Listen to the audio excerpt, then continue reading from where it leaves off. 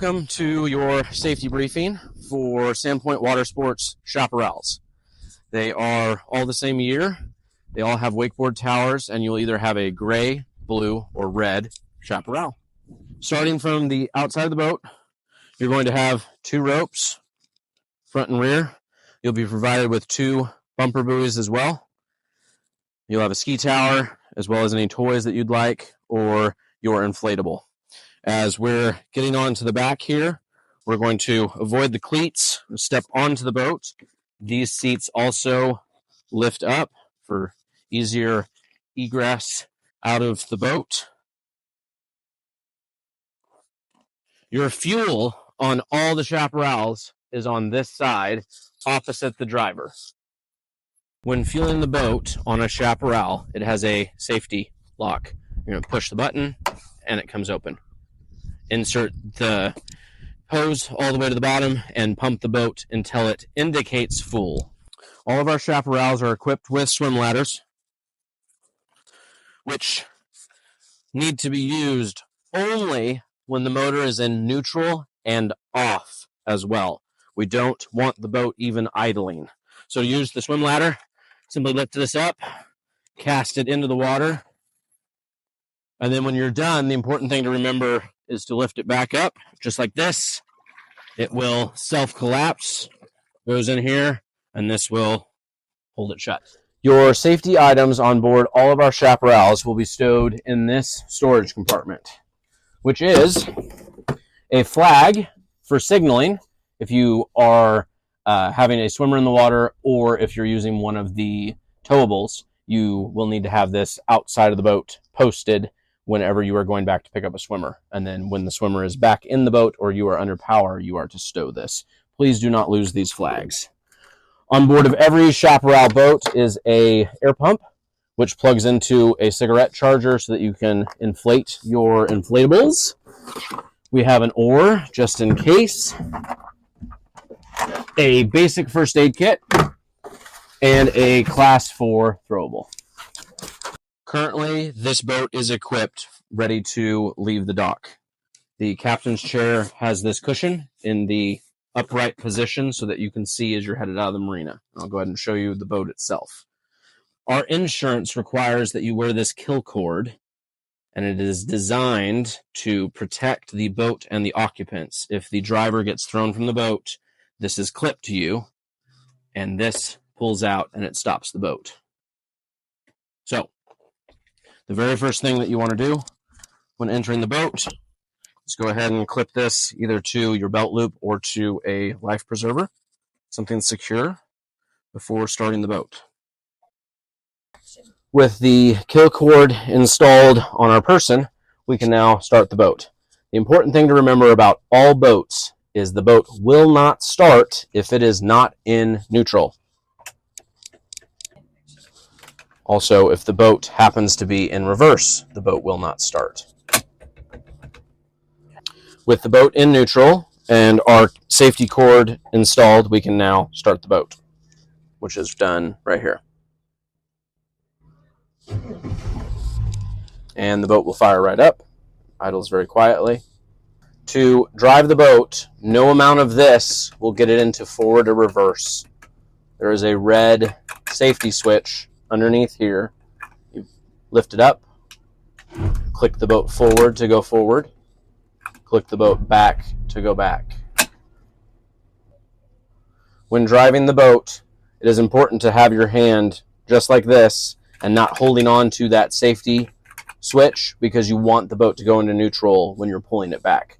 All of these boats do not have a throttle lock, so in order to keep the boat forward, you need to have your hand on the throttle at all times. It's part of boating safety. You need to have one hand on the wheel, one hand on the throttle at all times operating the boat. Before leaving the dock, Sandpoint Watersports will provide you with 2 bumper buoys equipped with existing loops, and they will be stowed inside of the boat.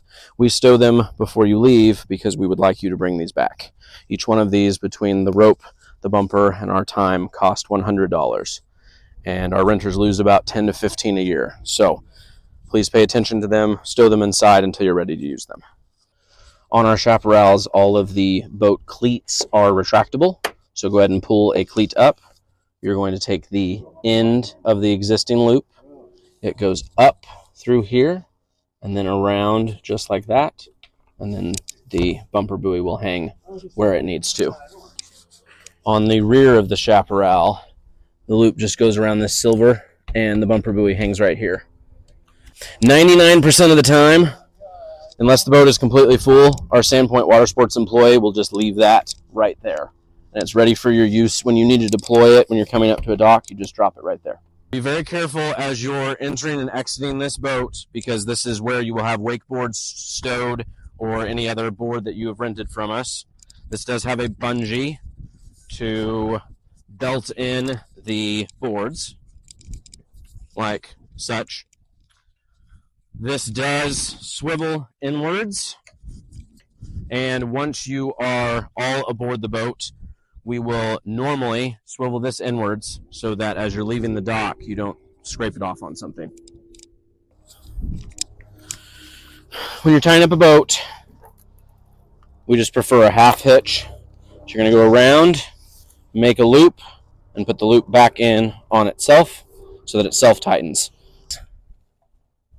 So you notice that the loop is going underneath, just like that, and then it goes around the cleat. So any tugging back or forth on the rope is going to tighten it to the cleat itself. The other safety item that is required on board all vessels and will be included with every rental is your life jackets, which on our chaparrals are stored under this large doghouse here at the rear of the boat.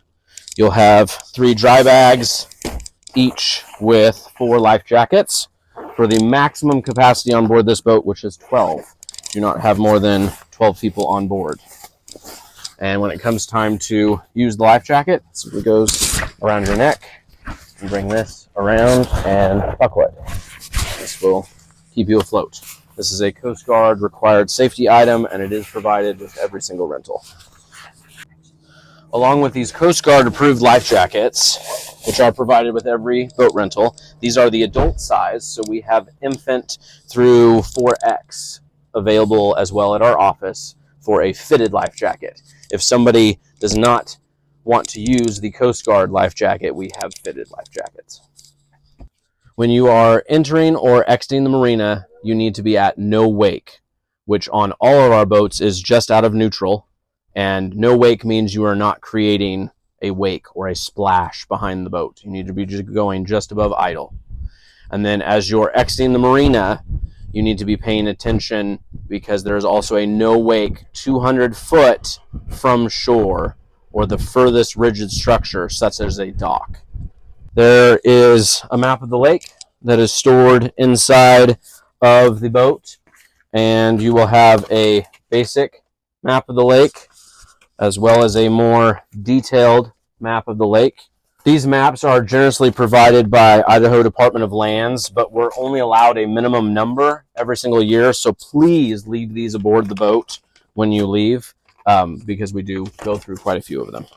The other safety items on board the boat is a fire extinguisher, which is mounted here, just below the captain's chair, and that is a Coast Guard required item. Our phone number is also provided on this sticker that is mounted in a very visible area. If you ever have any problems with the boat, your people that are on board with you, if anything happens to the boat or anybody else, you can always call or text us anytime, day or night. Welcome to 1 year and 50 pounds later. We're at a new dock. All of our boats will be parked in these slips, and we will help get you arranged on the outside of the dock so that you can then leave. If you're on the far side of Long Bridge, you're going to want to go to Sand Creek. And if you're on this side of Long Bridge, you're going to want to go to Dover. If you're going to get fuel at Dover, you'll be on this side of Long Bridge, and Dover is that way. Welcome to the fuel stop at Dover Bay. There is one entrance and exit out of the marina, and it is identifiable by the blue covers, the red and white seaplane, which is very important to note here in a little bit, and the high power lines that are coming in. I mentioned the seaplane because that is very important. He uses this as his base of operations. If you see him anywhere near this marina, you need to stay away. He does not have brakes. He has very little control on the water, and he's swinging a very big propeller. He needs to use this one entrance and or exit to get in or out, and he has the right of way over everybody else on the lake, including sailboats. We are now going to be entering the marina at no wake again, because you can read the sign. It says slow, no wake. As you come into the center of the marina, which is the only entrance and exit, the fuel dock is going to be right in front of you. It is important when you're coming to fuel up the boat that you have saved enough time so that you don't feel rushed. And everything that we do inside of the marina must be at no wake and just barely out of neutral. You should not hear any engine RPMs ever. As we're coming into the marina and I see the two fuel pumps, they're the blue topped fuel pumps here, I'm already looking for boating traffic. Right now it is empty. You can use either side of the fuel pump. For most people, they're going to want to use the fuel pumps that are located to the right of the dock. Again, you'll hear me coming in and out of neutral, and you need to be doing this slowly. Dover is accessible 24 hours a day with a card reader. You will simply swipe your card. We would like you to use the non-ethanol or the 92. It is very important that when you think you're done fueling the boat, that you verify with the fuel gauge that you are all the way full, because these fuel pumps will shut off at the first click and you need about 3 to 5 more gallons. So pump it slow and make sure that before you leave, you identify on the fuel gauge that you are clear full. This is the view leaving Dover. The seaplane is in front of us and it's parked. I'm keeping an eye out for this boating traffic in front of us. There's one entrance and exit, and the fuel docks are behind us. We are entering the area for the Sand Creek Marina. You'll notice City Beach, and we are headed underneath that bridge. It is important as we're entering this area to watch for boating traffic, as well as kayakers, paddleboarders, anybody else in the water. City Beach is pretty busy, and it does have 2 public access boat ramps, so we just need to be mindful of traffic of all sorts of varieties.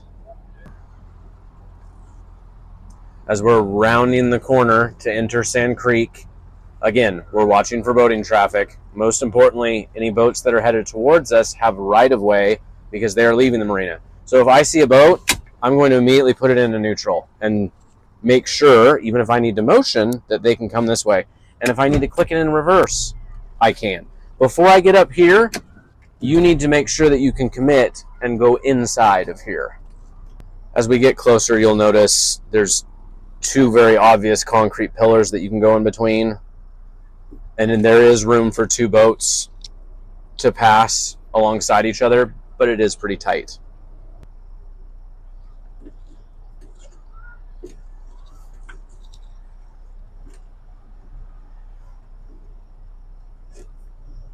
I have traffic coming towards me, so I'm already going to swing the boat this way quite drastically, just so they know which way I'm going. Come past these slips, the fuel dock is going to be right in front of that brown condominium. As I come around this corner, I have sight of the fuel house, and I'm going to click it into neutral, and I'm going to see, is there boating traffic that's about to leave? Is there anything that's going to get in my way of getting over there? Because if you need to wait to get fuel, regardless of what marina you're at, it's better to do it out here because you have options to turn. You don't want to get in there and realize that, oh, there's 6 boats in there. So there's 2 fuel pumps. There's one on the end, and there's one just inside. Both are accessible and usable. And again, when you're coming in to any marina to get fuel or to dock, everything is done just out of neutral. No panicking, no full throttle, just out of neutral. And you'll notice that you can use the fuel pump from the other side of the dock as well. So this marina has a central card lock system. So we'll swipe our card and then select what pump we're at, which in this case is going to be pump 2. As you're fueling up the boat, fuel it up slowly. This fuel pump is clicked a few times, so I'm pretty sure it's full. But in order to verify that it's full, you're going to turn the key to the accessory position and double check the gauge. First click is the accessory position, and then the gauge is on the right hand side. And it'll blip, and then it should show full, which is all those black bars filled all the way up to the top. As I'm filling up this boat, I'm pumping slower and slower, and it keeps clicking off as if it's full, but it is still not indicating full. So again, make sure the boat is all the way full. We're now leaving the Sand Creek Marina. So again, we're looking for traffic that's coming inside the marina now. You'll notice that as we're getting further and further away from Sand Creek Marina, we're going to watch out for these ducks. And you'll notice that even that boat far away is at no wake. You need to be 200 foot from both the shore and or the furthest dock. I'm still at an idle, just out of neutral, and just enjoying the start to my day. So when you are 200 foot away from shore and you are ready to throttle up, push it smoothly forward, and the bow of the boat will start to raise until the bow comes up on plane.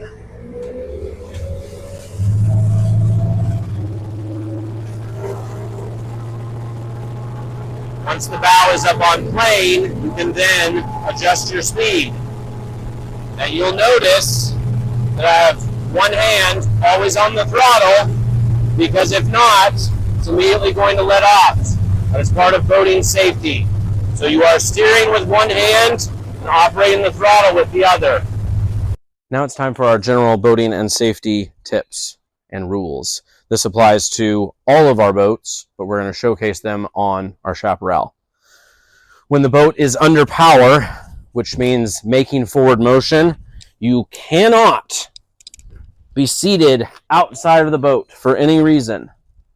No dangling the feet in the water. This rule also applies to the stern of the boat. You cannot be seated on top of this cushion at any speed, in forward or reverse. All of your occupants must be inside of the boat and not above this. Boats are also unique from cars because boats float. So the general loading of the boat plays into the safety for that vessel. If you have all of your occupants on one side of the boat will lean very severely. So it's important as you're loading the boat to equalize the boat, which we will help you with when you're here at the dock. Part of your safety orientation will be identifying the driver of your boat for the day. And we do allow multiple drivers as long as they have boating experience. They will all need to be available for this safety briefing on this video as well as on the day of your rental.